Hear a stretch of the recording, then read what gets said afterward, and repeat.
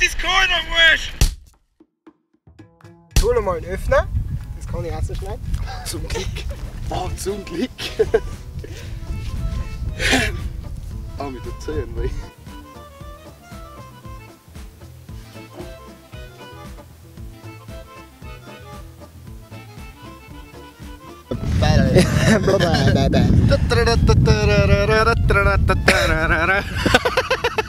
So, wir möchten mal probieren den Plempel. Ja.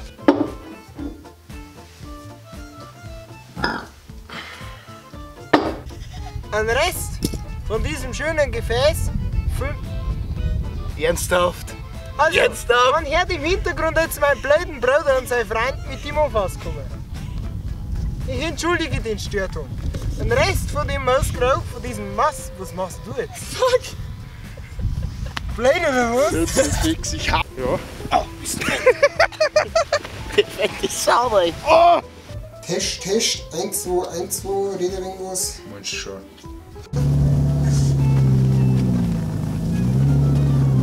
Na ja, schon mal oder was? Ja. Oh, das haut ja massiv ein, Alter. Die holt schon den Arsch im Gesicht. Ich ist jetzt auch nicht. Also gibt's was Besseres. Du musst auch schießen von dem Eis. Ach komm, lass.